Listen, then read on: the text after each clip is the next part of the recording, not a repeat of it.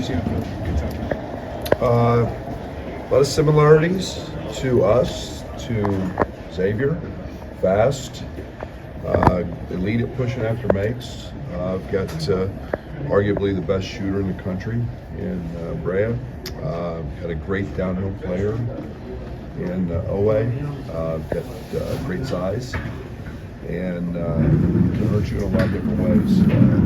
With Williams as a point center, elite passer. They're a very, very good cutting team, and you see why they're a 3 seed. I guess with so few upsets in the first round, there's a lot of kind of incredible matchups today and tomorrow. Just what do you make of Illinois, Kentucky, Sweet 16 on the line? It's 2 really good, proud programs, and that have great fan bases, that have are worthy of being here. And I think that it's maybe a little unusual this year that the top 4 seeds have all gotten through. That doesn't happen very often, but I think it speaks to the strength of the SEC, what everybody's talked about all year, and the strength of the Big Ten. You seem pretty pleased with the defense against Xavier. You feel like that's something that can carry over to tomorrow night? If it doesn't, we won't win. I thought that we did a nice job on the Conwell kid. He hit the first one of the game, and then Fremantle had the only game of his career that he didn't reach double figures. But there's still room for improvement, and I liked our rebounding. I thought that was the big difference in the game. But you've got to guard and rebound in the NCAA tournament, or you go home. When you go back and look at the game last night, where was Will Riley most effective in the win last night? A lot of areas. He became a facilitator for us. He became a guy that they made a change. In terms of their ball screen coverage, they started hard hedging Kasparas, and rightfully so. He had 10 assists, and he was distributing at a high level, and he just became a guy that was a secondary option that facilitated, got downhill, and they weren't doing that as effectively with him as they were with KJ. So had a nice game and hit a couple pretty into the shot clock, tough shots. Brad, is it fair that your younger guys last night played with more emotion than you've seen in a while? KJ, Will, and Tommy, especially Will. Yeah, Will was different. To me, that's what this tournament brings out: is fun and emotion and the raw passion for the game. I've said, those guys love the game. They don't love what the game brings them. They love the game, and that's the way you should play. Is invest in the game with your emotion and your desire to want to win, and I think all 3 of those guys did that. 2 of your best players obviously come from overseas. Why was it so important to invest overseas for Illinois basketball, and what was the approach to try to make sure you got the best players that fit? Yeah, we've always been invested in overseas guys. We've had a lot of European guys over the years that have been very good. NIL's changed maybe the quality of the player that we can get. And I've said many times the basketball world's pretty small. We've known about Kasparas for years. Everybody's known about Big Z and Tommy forever. The 7-1 twins. It's not a small world. So we go over about every month to 6 weeks. We'll continue. It fits our university. We have a very diverse university. I like coaching them. There's a maturity that I think a lot of these young guys bring, and they fit us and fit our program. Coach, it's probably not often that you could outnumber the Big Blue Nation in terms of road tripping, but that may be the case tomorrow with a lot of orange and blue. Are we? That probably doesn't happen very often. I've said it many times. We've got a great, incredible fan base with that's very proud of their program, and I'm blessed. I get to be their basketball coach. It's nice that it's obviously a couple hours from Chicago, with a large alumni base there. But it doesn't matter whether we're in New York, whether we're in Vegas, whether we're in Hawaii. The Orange Crush shows up. The Illini Nation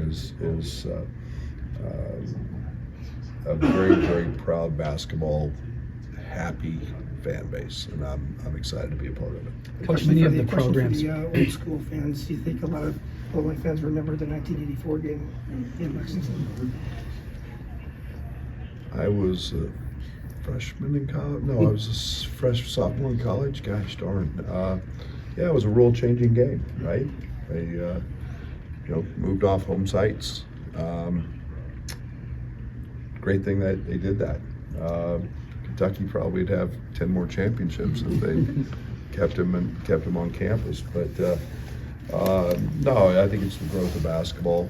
I think it's nice to hear that these two programs were good back in the 80s and long before. And I've said it many times, we're a tradition-rich program just as well as a lot of the other elite programs out there.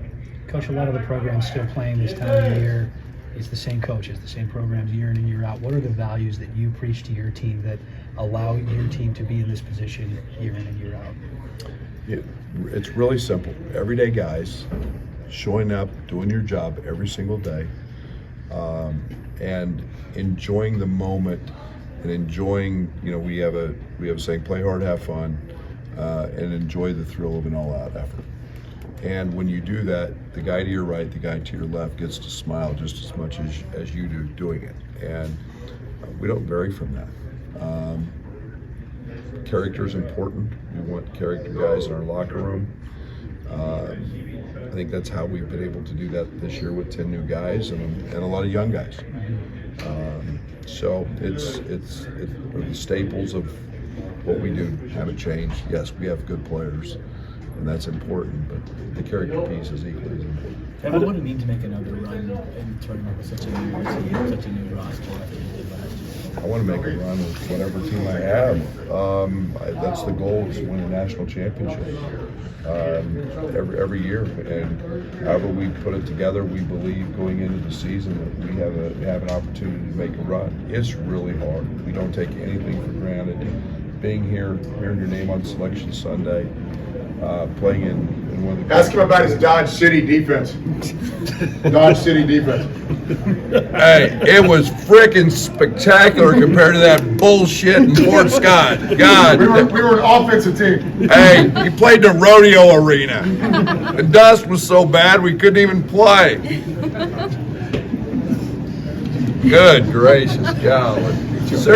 Seriously, they played in a rodeo arena. You got friends like that. Yeah. What was that arena like?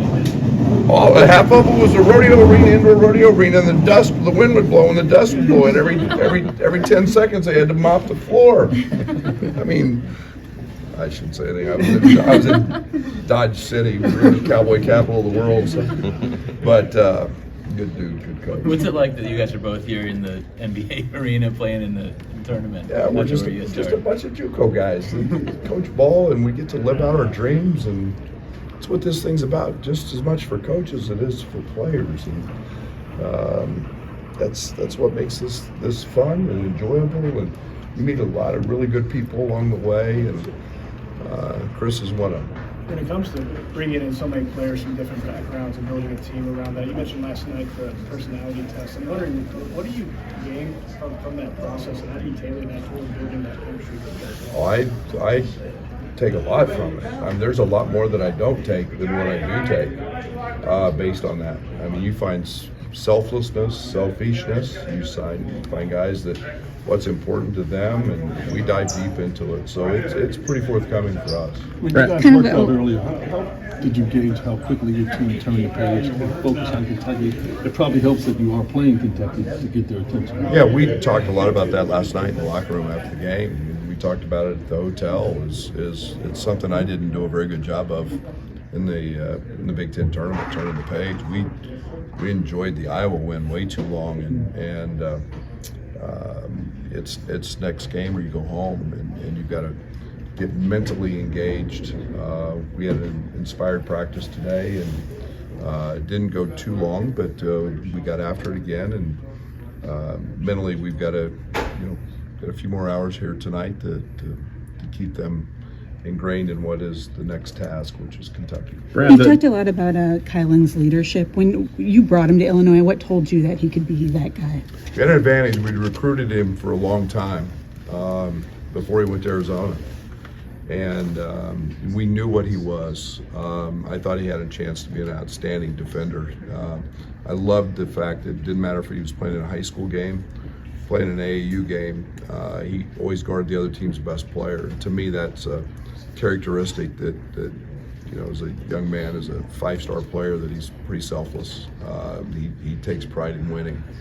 All that was really, really important in him coming back to us. And you know, he's young, he's still 19, and yet he's a guy that has a wealth of knowledge and experience, and he's not afraid to lead. He's not afraid to communicate and tell guys things sometimes they don't want to hear. So really glad he's on our team. To dovetail off that, Brad, like him going through failure and sharing that with these young guys who are going through it for the first time this season. There is no such thing as a perfect season.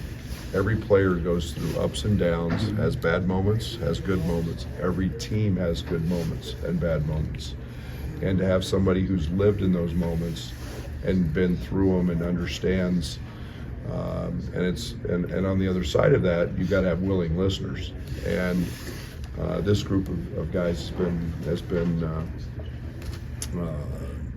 willing listeners, and he's offered a lot of that up. to dovetail off your answer on Bam, he has mentioned the 17 and 18-year-old version in Arizona didn't care about scouting reports, didn't watch a whole lot of film, and wasn't as locked in. I'm just curious, what do you think flipped for him once he got back here? Grow up, maturity, and I'd like to think no other options. Sure. For us, if you don't do those things, you don't play. I'm not trying to say he didn't do that at Arizona, but I think the one thing that you know, guys grow up and there's a maturity that happens, and you realize it's all that stuff's there to help you, and so it's a big part of that. One of the toughest schedules that you guys have had, 3 SEC teams. How does that kind of help you guys prepare for Kentucky tomorrow? Arkansas, Missouri, what else did we play? Alabama and Tennessee, 4. Sorry. And we scrimmage his dumbass. Or exhibition. 5. That's what we do. We're going to play really good people. And it's this team, we couldn't have any false pretenses to who we were. This team had to know what we were, find out, and you do that playing really good people, really good coaches. Tomorrow's last night was no different. That's a really good basketball team. It was a great coach. No different tomorrow. I think being on those stages, being neutral site on Thanksgiving Day against Arkansas, being in the Garden against Duke, being, you know, playing Tennessee early and at home and not inbounding the ball on a sideline out, all those things helped us grow and be ready for a moment like this. And you don't get that if you don't play quality people like that. We're such a young team.